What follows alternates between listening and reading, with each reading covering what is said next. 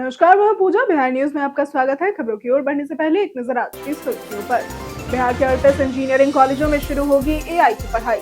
प्रत्येक संस्थान को एआई लैब निर्माण के लिए दिए जाएंगे 30 लाख रुपए। आईआईटी और ट्रिपल आईटी करेगी सहयोग। बिहार में मिड डे मील व्यवस्था पर होगी कड़ी निगरानी। आद्री तैयार करेगा रिपोर्ट कार्ड। बच्चों और शिक्षकों से भी लिया जाएगा फीडबैक। बिहार नेपाल बॉर्डर पर सुरक्षा के साथ विकास की पहल। पुलिस सप्ताह में चलाया जाएगा वाइब्रेंट विलेज प्रोग्राम। सर्वश्रेष्ठ थाने और ओपी को मिलेगा। बिहार के 4 स्मार्ट सिटी में लगेंगे एआई ट्रैफिक कैमरे। 14 उल्लंघनों पर कटेगा ई चालान। पटना में 28 प्रमुख चौराहों पर लगेंगे कैमरे।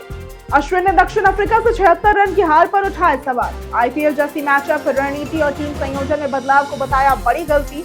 अक्षर पटेल को बाहर करने पर जताई नाराजगी। चलिए अब बढ़ते हैं शाम तक की बड़ी खबरों की ओर विस्तार से। एआई लैब निर्माण के लिए इंजीनियरिंग कॉलेजों को मिलेगा 30 लाख रुपए। बिहार सरकार ने राज्य के 38 राजकीय इंजीनियरिंग महाविद्यालयों में आर्टिफिशियल इंटेलिजेंस यानी कि एआई की पढ़ाई शुरू करने का फैसला किया है। प्रत्येक महाविद्यालय को वित्तीय वर्ष 2026-27 में 30 लाख रुपए की राशि दी जाएगी, जो मुख्य रूप से एआई आधारित प्रयोगशालाओं के निर्माण और नवाचार को बढ़ावा देने पर खर्च होगी। शिक्षा विभाग ने सभी महाविद्यालयों में एआई की निःशुल्क पढ़ाई और प्रोजेक्ट आधारित प्रशिक्षण की व्यवस्था की है। इसके तहत आईआईटी और ट्रिपल आईटी जैसे शीर्ष संस्थान भी सहयोग करेंगे। इससे प्रदेश के तकनीकी छात्रों को आधुनिक शैक्षणिक संसाधनों और उद्योग संबंधी अनुभव का लाभ मिलेगा। आद्री तैयार करेगा मिड डे मील का रिपोर्ट कार्ड। बिहार सरकार ने सरकारी स्कूलों में मध्याह्न भोजन की गुणवत्ता सुधारने के लिए बड़ा कदम उठाया है। इसके तहत एशियन डेवलपमेंट रिसर्च इंस्टीट्यूट यानी कि आद्री अगले 3 वर्षों तक राज्य के 38 जिलों में 100 से भी ज्यादा सेंट्रलाइज्ड किचन और चयनित स्कूलों का निरीक्षण करेगी। आद्री द्वारा भोजन की गुणवत्ता, पोषण मानक, स्वच्छता और वितरण व्यवस्था का मूल्यांकन का रिपोर्ट कार्ड तैयार किया जाएगा। बच्चों और शिक्षकों से फीडबैक भी लिया जाएगा और खराब प्रदर्शन करने वाले एनजीओ को पहले सुधार का मौका मिलेगा, फिर अनुबंध रद्द किया जाएगा। इस पहल से एमडीएम की गुणवत्ता और निगरानी मजबूत होगी। नई नियमावली के तहत शिक्षकों का 3 साल में होगा तबादला। बिहार में शिक्षकों के स्थानांतरण की नई पॉलिसी अप्रैल से लागू होगी। नई नियमावली के अनुसार नियुक्ति की तारीख से 3 साल तक शिक्षक तबादला नहीं होंगे। केवल असाध्य बीमारी या विशेष परिस्थितियों में पहले भी तबादला संभव होगा। राज्य में लगभग 6 लाख शिक्षक इस पॉलिसी के दायरे में आएंगे और जिला स्तरीय तबादले के लिए जिलाधिकारी की अध्यक्षता में 8 सदस्यीय कमेटी और प्रमंडलीय स्तर के लिए 6 सदस्यीय कमेटी बनाई जाएगी। इस पॉलिसी के लागू होने के बाद जून में बड़े पैमाने पर तबादले होंगे, जिससे स्थानांतरण प्रक्रिया पारदर्शी और नियंत्रित होगी। नेपाल सीमा से सटे बिहार के जिलों में चलाया जाएगा वाइब्रेंट विलेज। बिहार के नेपाल सीमा से सटे जिलों में पुलिस सप्ताह के दौरान वाइब्रेंट विलेज प्रोग्राम चलाया जाएगा। बिहार पुलिस और सशस्त्र सीमा बल यानी कि एसएसबी मिलकर सीमावर्ती इलाकों में सुरक्षा और पुलिस जन सहयोग मजबूत करेंगे। इस पहल के तहत सामुदायिक सहभागिता कार्यक्रम, जागरूकता अभियान, सांस्कृतिक और खेल आयोजन किए जाएंगे। पुलिस सप्ताह में स्वच्छता अभियान पर विशेष जोर रहेगा और सर्वश्रेष्ठ थाने व ओपी को पुरस्कृत भी किया जाएगा। वाइब्रेंट विलेज प्रोग्राम के माध्यम से सीमावर्ती गांव में सड़क, स्वास्थ्य, बिजली, इंटरनेट और पर्यटन जैसी बुनियादी सुविधाओं का विकास कर स्थानीय आजीविका बढ़ाने का लक्ष्य रखा गया है। किसान सम्मान निधि में 54% एफआर सत्यापन हुआ पूरा। राज्य में प्रधानमंत्री किसान सम्मान निधि योजना के तहत फार्मर रजिस्ट्रेशन यानी कि एफआर सत्यापन अभियान में तेजी आई है। 85.53 लाख पंजीकृत किसानों में से 46.27 लाख यानी कि 54.1% का सत्यापन पूरा हो चुका है। रविवार को भी 8,320 किसानों की केवाईसी और 12,516 नए एफआर जोड़े गए। योजना के अंतर्गत 23.27 लाख किसानों का सत्यापन पूर्ण हुआ है। उप मुख्यमंत्री विजय कुमार सिन्हा ने प्रगति को उत्साहजनक बताया और जिलों में वैशाली 107% के साथ अव्वल है, जबकि शिवहर, बेगूसराय और कटिहार ने भी बेहतर प्रदर्शन किया। सारण, जमुई और सिवान जैसे जिलों में सत्यापन की रफ्तार धीमी है। बिहार की 4 स्मार्ट सिटी में लगेंगे एआई ट्रैफिक कैमरे। बिहार की 4 स्मार्ट सिटी पटना, बिहार शरीफ, भागलपुर और मुजफ्फरपुर में ट्रैफिक प्रबंधन के लिए एडेप्टिव एआई कैमरे लगाए जाएंगे और ये कैमरे रियल टाइम में ट्रैफिक का विश्लेषण कर सिग्नल टाइमिंग स्वतः तय करेंगे और नियम तोड़ने वालों का ई चालान जारी करेंगे। पटना में 28 प्रमुख चौराहों पर कैमरे लगेंगे और हेलमेट, सीट बेल्ट, मोबाइल उपयोग, ट्रिपल राइडिंग समेत 14 प्रकार के उल्लंघन पकड़े जाएंगे। इससे ट्रैफिक जाम में कमी, हादसों में 25% तक गिरावट और जुर्माना वसूली में 50% तक सुधार की उम्मीद है। प्रस्ताव परिवहन विभाग को भेजा गया है और मंजूरी मिलते ही काम शुरू होगा। आज से चलेंगी होली स्पेशल एसी और डीलक्स बसें।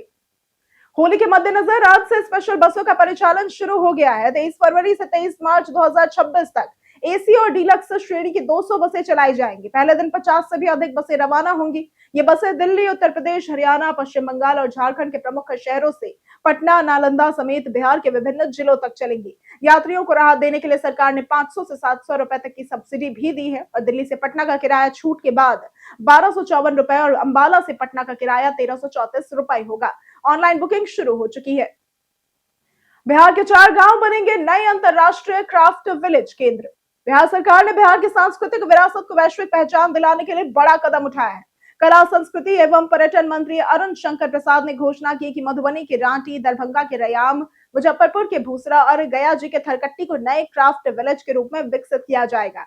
ये घोषणा मधुबनी के जितवारपुर में बिहार के पहले शिल्प ग्राम के शुभारंभ अवसर पर हुई। प्रस्ताव केंद्र के वस्त्र मंत्रालय को भेजा जाएगा और इस पहल से स्थानीय कलाकारों को बाजार, पहचान और रोजगार मिलेगा तथा पर्यटन और ग्रामीण अर्थव्यवस्था को मजबूती मिलेगी। राजगीर नेचर और जू सफारी में बसें और टिकटें बढ़ेंगी। राजगीर में नेचर और जू सफारी के लिए पर्यटकों की सुविधा बढ़ाने की तैयारियां तेज हो रही हैं। बसों की संख्या बढ़ाई जाएगी और टिकट बुकिंग के लिए 10 सेल्फ कियोस्क लगाए जाएंगे, जिससे टिकटें डबल बुकिंग में उपलब्ध होंगी। जेंजेड टूरिस्टों के लिए एआई और वीआर तकनीक का उपयोग किया जाएगा। घोड़ा कटोरा झील में वाटर स्पोर्ट्स की सुविधा शुरू करने की योजना है। वेणुवन में लाइट एंड साउंड शो और खुले एम्फी थिएटर में सांस्कृतिक कार्यक्रम आयोजित किए जाएंगे। हिरण्य पर्वत पार्क की सुंदरता बढ़ाने और बायोडायवर्सिटी हेरिटेज साइट बनाने की भी पहल होगी। पुलिस विभाग में विशेष साइबर अपराध इकाई का होगा गठन। बिहार में तेजी से बढ़ते साइबर अपराध को सबसे बड़ी चुनौती बताते हुए गृह मंत्री सम्राट चौधरी ने स्पष्ट किया कि अब अपराधियों के खिलाफ निर्णायक कार्रवाई की जाएगी। उन्होंने पुलिस विभाग में विशेष साइबर अपराध इकाई के गठन की घोषणा की, जो हाईटेक संसाधनों और आधुनिक एआई तकनीक से लैस होगी। इससे ऑनलाइन ठगी और डिजिटल अपराध पर प्रभावी अंकुश लगेगा। और पुलिस सप्ताह 2026 के उद्घाटन में उन्होंने जन सहयोग पर जोर दिया और कहा कि जन विश्वास ही प्रभावी पुलिसिंग की असली ताकत है। इसके अलावा महिला सुरक्षा, नशा मुक्ति और सामुदायिक सहभागिता कार्यक्रमों पर भी विशेष ध्यान दिया जाएगा। बिहार सरकार ने बंद नलकूप चालू करने के लिए राशि की जारी। बिहार में बंद पड़े राजकीय नलकूपों को चालू करने के लिए सरकार ने 75.23 लाख रुपए जारी किए हैं और ये राशि उन पंचायतों को दी गई है जहां नलकूप बंद पड़े हैं।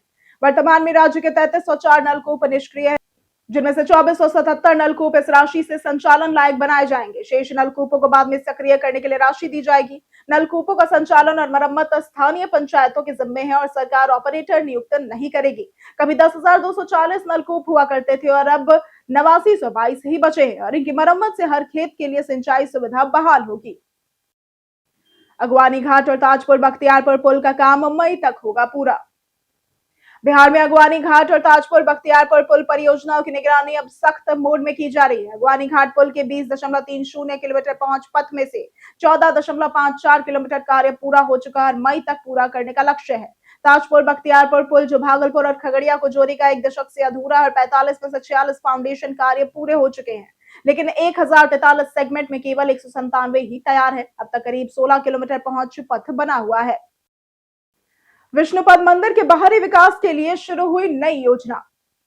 विश्व प्रसिद्ध विष्णुपद मंदिर के समग्र विकास के लिए विष्णुपद गलियारा परियोजना की प्रशासनिक प्रक्रिया तेजी से आगे बढ़ रही है।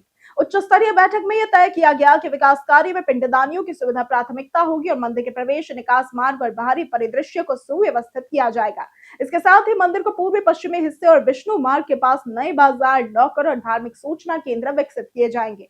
विधानसभा अध्यक्ष डॉक्टर प्रेम कुमार ने सख्त निर्देश दिए कि आस्था को सर्वोपरि रखते हुए केवल बाहरी विकास पर ध्यान दिया जाए। मंदिर के आंतरिक भाग में किसी भी प्रकार की छेड़छाड़ नहीं होगी। ब्रेडा तैयार कर रही ग्रीन हाइड्रोजन पॉलिसी का मसौदा। बिहार सरकार स्वच्छ और हरित ऊर्जा के क्षेत्र में आगे बढ़ते हुए ग्रीन हाइड्रोजन पॉलिसी तैयार कर रही है, जिसका उद्देश्य जीरो कार्बन उत्सर्जन और भरपूर बिजली उत्पादन सुनिश्चित करना है। ब्रेडा यानी कि बिहार नवीकरणीय ऊर्जा विकास एजेंसी नीति को अंतिम रूप दे रही है, जिसमें उद्योग, कृषि और गन्ना विभागों की राय शामिल की जा रही है। नीति में निवेशकों को कर रियायत, बिजली शुल्क में छूट और श्वेत श्रेणी का लाभ मिलेगा। राष्ट्रीय हरित हाइड्रोजन मिशन के अनुरूप बिहार जल्द ही ऊर्जा के वैश्विक मैप पर उभरते राज्य के रूप में स्थापित होगा। अश्विन ने बताई भारत की हार की 2 बड़ी गलतियां। रविचंद्रन अश्विन ने सुपर 8 में दक्षिण अफ्रीका से मिली 76 रन की हार पर भारतीय टीम की रणनीति पर सवाल उठाए। उन्होंने कहा कि आईसीसी टूर्नामेंट में आईपीएल जैसी मैचअप रणनीति अपनाना गलत रहा। अश्विन ने अक्षर पटेल को बाहर कर वॉशिंगटन सुंदर को खिलाने के फैसले की आलोचना की और कहा कि अक्सर टीम के टी20 में अहम खिलाड़ी रहे हैं। साथ ही रिंकू सिंह को नंबर 8 पर उतारने को भी बड़ी गलती बताया। उनके अनुसार आईसीसी जैसे बड़े टूर्नामेंट में टीम संयोजन स्थिर रखना जरूरी और बिना तैयारी के मैदान में उतरना हार का कारण बना।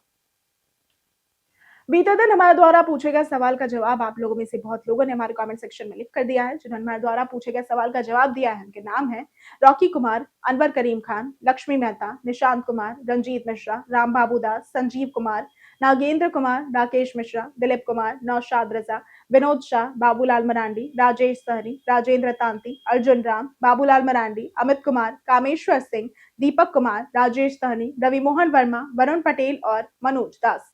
इसी के साथ बढ़ते हैं आज के सवाल की ओर। आज का सवाल है, आपके क्षेत्र में मौसम का क्या हाल है? आप अपना जवाब हमें हमारे कमेंट सेक्शन में लिखकर जरूर बताएं। आज के लिए सिर्फ इतना ही। बिहार की तमाम खबरों के साथ बने रहने के लिए देखते रहे बिहारी न्यूज और साथ ही अगर आप यूट्यूब चैनल पर देख रहे हैं तो चैनल को सब्सक्राइब करें और अगर आप फेसबुक पेज पर देख रहे हैं तो लाइक और फॉलो जरूर करें।